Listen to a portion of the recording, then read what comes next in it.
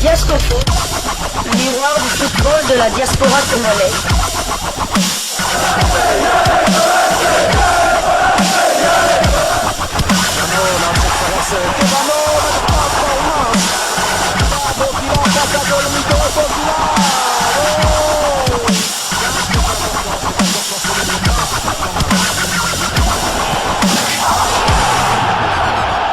Diasco Foot, le miroir du football de la diaspora congolaise. Vous êtes sur Diasco Foot, le miroir du football de la diaspora congolaise. Diasco Foot vous dit bonjour, tout le plaisir est pour nous de vous retrouver, mais surtout de savoir que vous êtes nombreux en train de suivre votre chaîne YouTube dédiée uniquement aux footballeurs de la diaspora congolaise. C'est l'heure de partager avec vous quelques news que nous avons pu récolter pour vous, des news concernant la tanière des léopards de la République démocratique du Congo en marge de cette fenêtre FIFA que les léopards vont manquer, surtout par rapport à la prochaine échéance, pas des moindres, ce match plutôt décisif qui attend les léopards au Sénégal face aux Lions de la Teranga dans le cadre de la 3e journée des éliminatoires du mondial États-Unis, Mexique, Canada. Et d'après un média sénégalais, le quotidien que je cite, le milieu de terrain congolais Gaël Kakuta aurait exprimé son mécontentement sur la non-exploitation de cette fenêtre FIFA pour les léopards. Et ce média titre RDC, non-participation des léopards à la fenêtre FIFA, Gaël Kakuta en colère. Je vais donc tout simplement vous lire sans commentaire cet article du média sénégalais. Il y a un autre média sénégalais également qui a pondu un autre article toujours en rapport avec Gaël Kakuta. Je vais également vous le lire. Ensuite, nous allons faire une petite analyse dans notre rédaction de Diasco Foot pour essayer un tout petit peu de commenter cela. Alors ça, ce sont des échos que se font nos adversaires. Notre futur adversaire, c'est bien le Sénégal et écho des léopards vu par les Sénégalais. Nous allons donc lire cela. Ça commence par Gaël Kakuta est mécontent de la non-participation des léopards à la fenêtre FIFA. Il fustige la situation et appelle tout le monde à l'union sacrée autour de la sélection. Il souhaite une meilleure organisation du football pour permettre à l'équipe de produire de bons résultats lors des prochaines journées de qualification du mondial 2026 de juin prochain avec un déplacement périlleux à Dakar. La RD Congo semble replonger dans ses travers. La belle participation à la CAN 2023 ne change pas la donne de l'organisation du football congolais, alors que toutes les sélections s'activent pour prendre part à la fenêtre FIFA. La RD Congo est quant à elle en proie à des mésententes. Elle ne participera pas aux journées FIFA de ce mois de mars, faute d'accord entre les acteurs et le gouvernement. Chaque partie se jetant la responsabilité, les joueurs sont dans le désarroi. C'est dans ce méli-mélo que le meneur de jeu des léopards, Gaël Kakuta, a décidé de tirer la sonnette d'alarme. Mettre de côté nos différends et travailler ensemble. Dans un post sur sa page Facebook, il demande aux acteurs de faire taire les divergences pour aider la sélection. En cette période critique pour notre pays, je m'adresse à vous pour rappeler l'importance de mettre fin aux querelles internes et de nous concentrer sur l'objectif commun qui nous anime, représenter notre nation avec fierté lors des échéances sportives à venir. Il est essentiel que nous mettions de côté nos différents personnels et que nous travaillions ensemble pour atteindre nos objectifs sportifs, a-t-il déclaré. La RD Congo est engagée dans la campagne qualificative du mondial 2026. Pour ce rêve, Gaël Kakuta suggère qu'il soit organisé des préparatifs rigoureux avec des efforts intenses. Il appelle à l'unité pour réaliser l'exploit comme en 74. C'est en unissant nos forces et en nous concentrant sur l'amélioration collective que nous pourrons espérer briller sur la scène internationale. Notre défaite sera ressentie par tous, mais notre réussite n'en sera que plus glorieuse si nous travaillons main dans la main.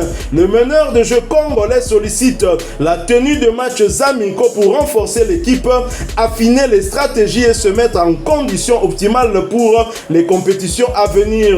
Pour lui, ces matchs amicaux seront l'occasion parfaite de tester notre force et faiblesse, de peaufiner nos tactiques et de renforcer notre cohésion d'équipe.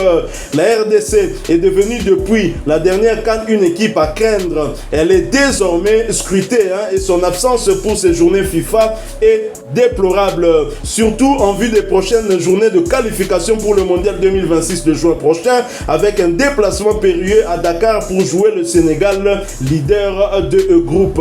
Alors je l'ai dit, un autre média sénégalais aborde dans le même sens et titre: Gaël Kakuta appelle à l'Union sacrée pour la RDC avant un déplacement crucial à Dakar. Je vais en tout cas me faire plaisir en vous lisant également cet article.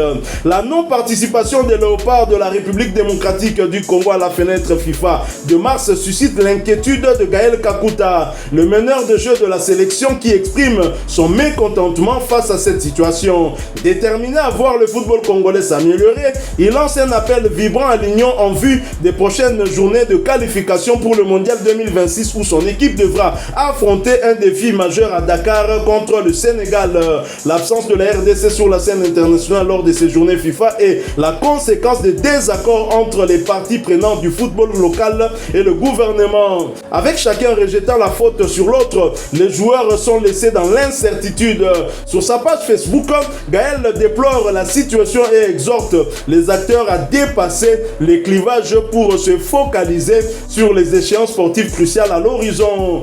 Dans la perspective de la campagne qualificative pour la Coupe du Monde 2026, l'expérience de 1974, année où la RDC a marqué l'histoire, sert de modèle à suivre. Kakuta propose des préparatifs minutieux et appelle à la cohésion. Selon lui, les matchs amicaux sont les étapes clés pour forger une équipe compétitive, ajuster les tactiques et favoriser l'harmonie collective.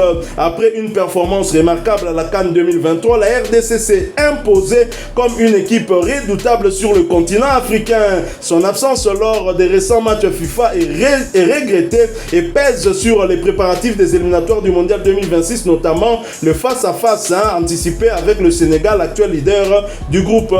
Deux médias sénégalais donc qui se sont fait écho de ce qui se passe chez les Léopards. Normal, nous serons leur prochain adversaire pour le match de la 3e journée des éliminatoires de la Coupe du Monde USA-Mexique-Canada 2026. Même si aucune autre source, une source congolaise notamment, ne confirme cette info, cela ne nous empêche pas en tout cas de faire notre analyse quant à ce. C'est vrai, on peut douter sur la source, est-ce que réellement Gaël Kakuta s'est exprimé en ces termes, mais le fait déjà qu'une telle information est relayée par des médias sénégalais prouve que nous sommes scrutés, nous sommes suivis par ce pays, ils nous prennent en tout cas très au sérieux, ils prennent ce match de la 3e journée très au sérieux. A contrario, la République démocratique du Congo ne prend pas cela au sérieux. On a eu à confirmer d'ailleurs qu'il n'y aura pas de stage ni match amicaux pour les Léopards lors de cette fenêtre FIFA. On a suivi des explications nous données en tout cas par M. Machini, qui fait partie du CONOR, comité de normalisation de la Fédération congolaise de football association. Alors que Gaël Kakuta se soit exprimé en ces termes ou non, mais essayons un tout petit peu d'analyser quand même le contenu. Est-ce que cet appel à la cohésion, je dirais même à la prise de conscience du côté de la République démocratique du Congo, vaut bien son pesant d'or? Tout à fait, Gaël Kakuta n'a fait que dire tout haut ce qu'on dit tout bas. Donc on l'a répété ici pendant hier et lors de récentes émissions. Ouais, voilà, là tout à fait d'accord. Il faut savoir que le Sénégal, c'est la meilleure équipe sur papier de notre poule. Nous, on était dans le chapeau 2, on est forcément la deuxième équipe. Et ces deux équipes vont se retrouver au mois de juin. L'une va se préparer en conséquence en jouant contre le Gabon et le Bénin. Et la RDC qui a terminé 4e alors que le Sénégal a été éliminé, bien sûr par le même adversaire, la Côte d'Ivoire, en 8e de finale. La RDC ne va pas se préparer pour cette joute qui est très très importante, qui est peut-être décisive pour la qualification pour la Coupe du Monde. Moi je trouve ça dommage, encore une fois, qu'on laisse passer une fenêtre FIFA comme ça pour des querelles entre le gouvernement et la FECOFA de l'autre côté.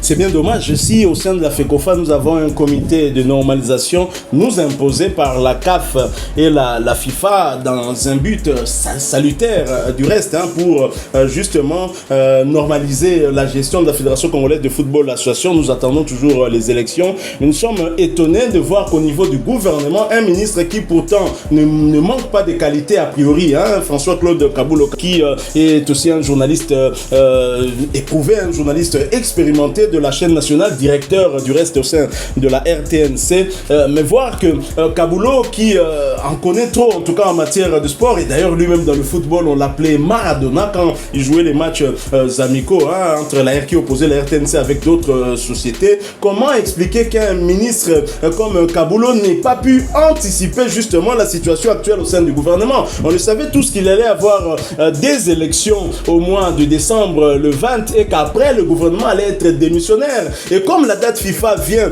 dans une période où vraisemblablement le gouvernement n'allait pas avoir le pouvoir de décision, il lui fallut que le ministre Kaboulo Mwana Kaboulo puisse anticiper cela en déployant en tout cas des moyens, en faisant toutes les démarches auprès des ministères concernés, notamment le ministère du budget et le ministère des finances, afin qu'on puisse prendre en considération dans la chaîne des dépenses justement un éventuel stage, parce que ce stage est crucial et très important, surtout qu'on va jouer face à un adversaire qui est un prétendant sérieux justement pour l'unique place qui lui permettrait de se qualifier pour la prochaine Coupe du Monde. Bon, on parle d'un désaccord entre les deux parties. Le gouvernement ne sort pas l'argent, mais la FECOFA dans son compte ne peut pas aussi manquer de moyens pour organiser un stage. Si pas un stage, ne serait-ce que 2 matchs amicaux, pourquoi pas ici au stade des Martyrs accueillir une fédération sœur et jouer un match amical ici au pays. Rien de tout cela, donc nos joueurs ne pourront compter que sur leur temps de jeu en club. Encore faut-il qu'ils aient ce temps de jeu et c'est bien vraiment dommage. Tout à fait, c'est vraiment dommage comme vous l'avez dit, mais l'entraîneur Sébastien de Sabre ne dort pas sur ses lauriers, se repose pas sur ses lauriers, pardon. Hier, il a assisté au match de FA Cup entre le Manchester United et Liverpool. On suppose que c'était pour voir Wan-Bissaka. Et avant-hier, il était à Ipswich pour voir Toisende. Donc lui, il continue de superviser les prochains renforts pour l'équipe nationale.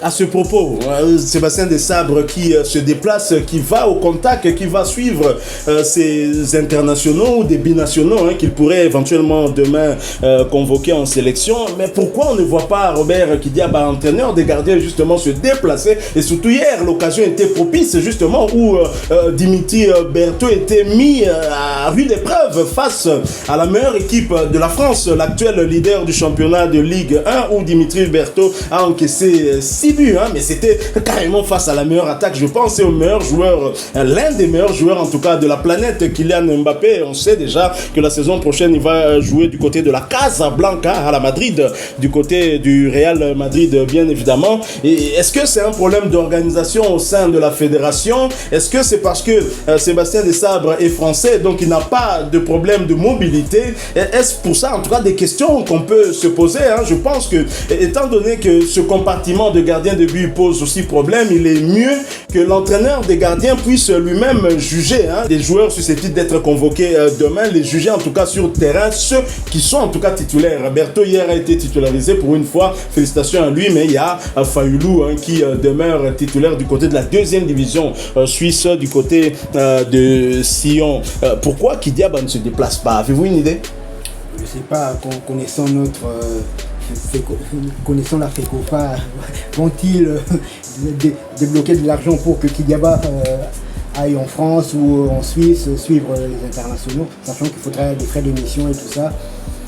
Connaissant la FECOFA, déjà qu'ils ne veulent pas, ils ne s'entendent pas pour... c'est vrai qu'il fallait débourser beaucoup d'argent pour un stage très important. Beaucoup d'argent, pas forcément. Je rappelle qu'on a été invité par le Madagascar. Madagascar, on a refusé cette invitation. Et le Maroc a invité les léopards U21 pour un stage au Maroc. Décliné une fois de plus par les membres du Comore. Toutes les grandes équipes qui ont participé à la CAN, la dernière CAN. Le Cameroun et la RDC qui ne feront pas lors de cette fenêtre FIFA. Le Cameroun, ils ont des problèmes internes.